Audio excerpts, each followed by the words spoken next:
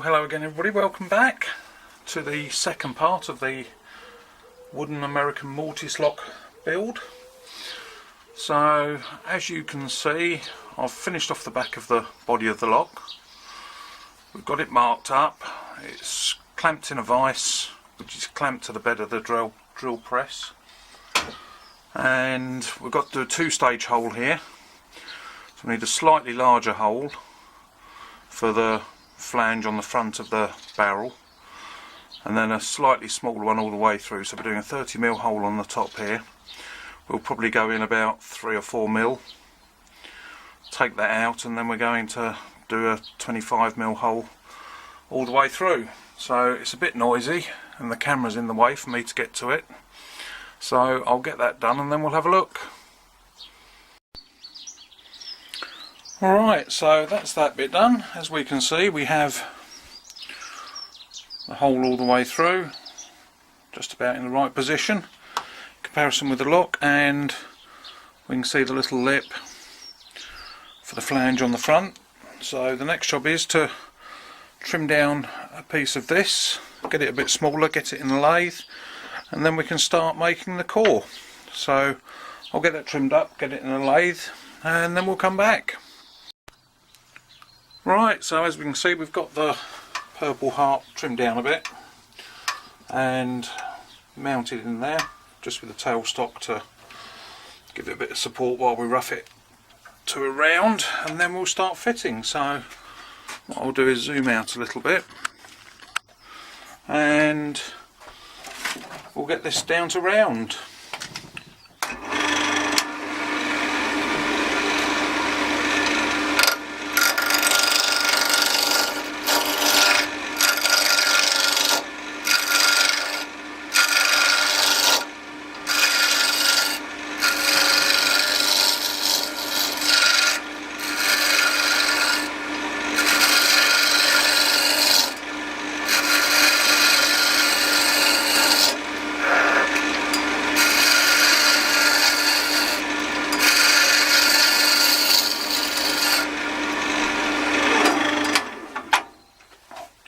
Right, so there we are.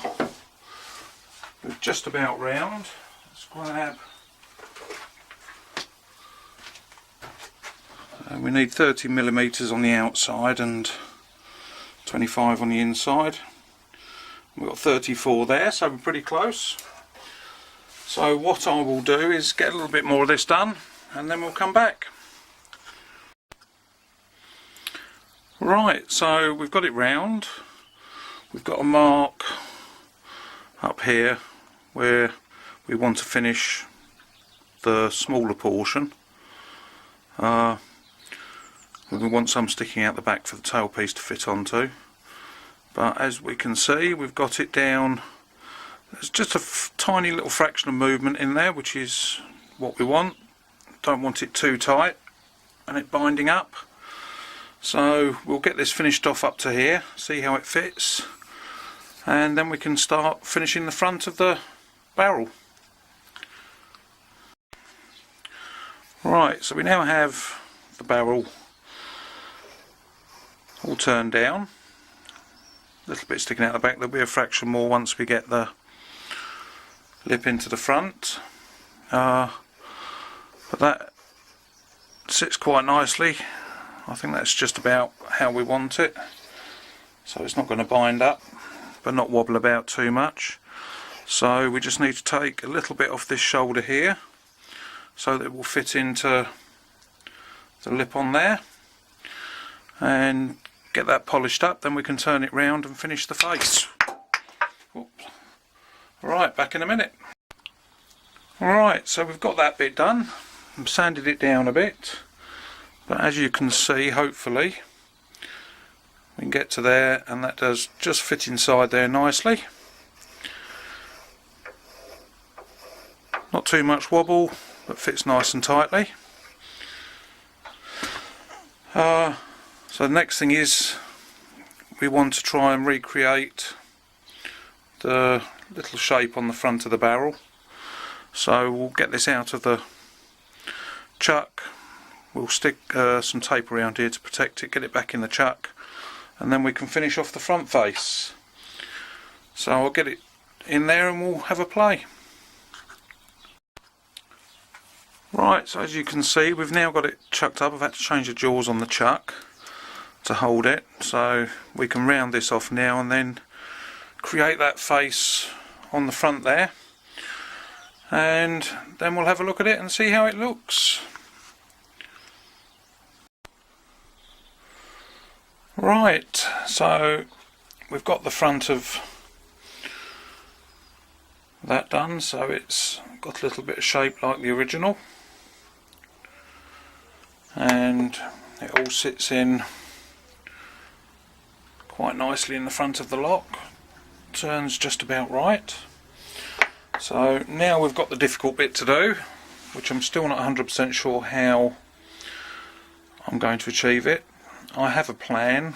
I've made up this little block for this to actually fit into.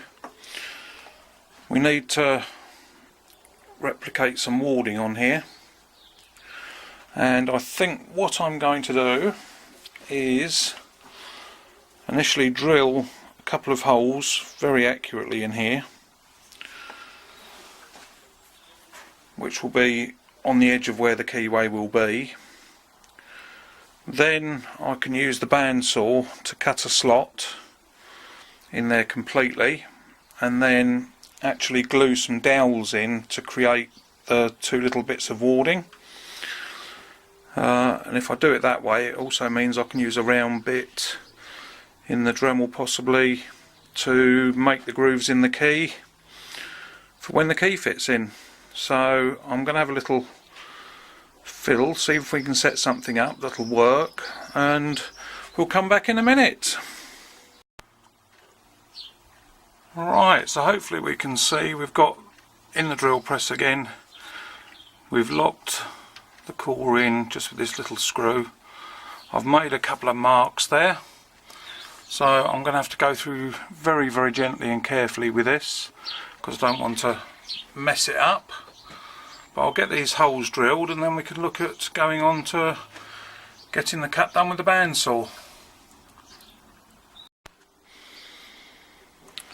Right, so as you can see, we've now got the two holes all the way through. A little bit of blowout at the back there, but that should disappear once we cut the key slot. I've made up some dowel out of some other purple heart, which will go in there. So effectively what we're going to do is the keyway will be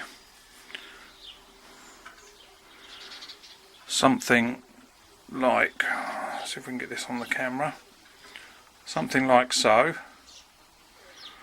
and then this dowel will go into those slots to create the warding inside the keyway, and they should blend in quite nicely because it is still purple heart. So we'll get this over to the bandsaw and see if we can get this keyway cut out. Right, so we have the bandsaw set up now. If we can see, we have a stop block at the back here, so we can't travel too far through to give us the depth of the cut. And this first cut here should be going up the right hand side halfway through that hole and up to around about here. Then we'll reset, do another cut halfway through this hole, match those up, and with a bit of luck it'll work. So it's going to be a long slow cut this and quite noisy, so I'll do it off camera and we'll have a look once it's done. Right, so that was a bit nerve-wracking, but we do have it all cut out. So we now have a keyway, and as you can see, hopefully if we slot that little bit in there, once that's glued in and cleaned up a bit, we actually have warding in the keyway. If we can get that to focus. So I shall get those bits of dowel glued in. We'll just give that a quick polish up on the front, and we'll be back. Right, so we now have the front here with the warding in. As you can see, I've actually taken a little bit off the dowels just to make it a bit squarer, which will be easier when making the key. You don't want the key to be too thin and breaking. You can see we've got warding in there, sits in there quite nicely. That then sits in there, all moves nicely, and let's have a comparison between the old and the new, or the original and the copy.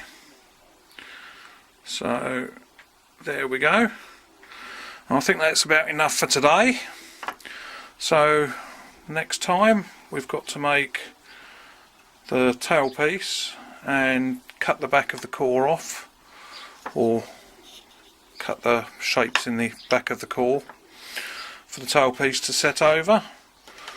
We've got pins to make, holes to drill, and a key to make. So anyway, I hope you enjoyed that so far, and I'll see you again soon. Bye.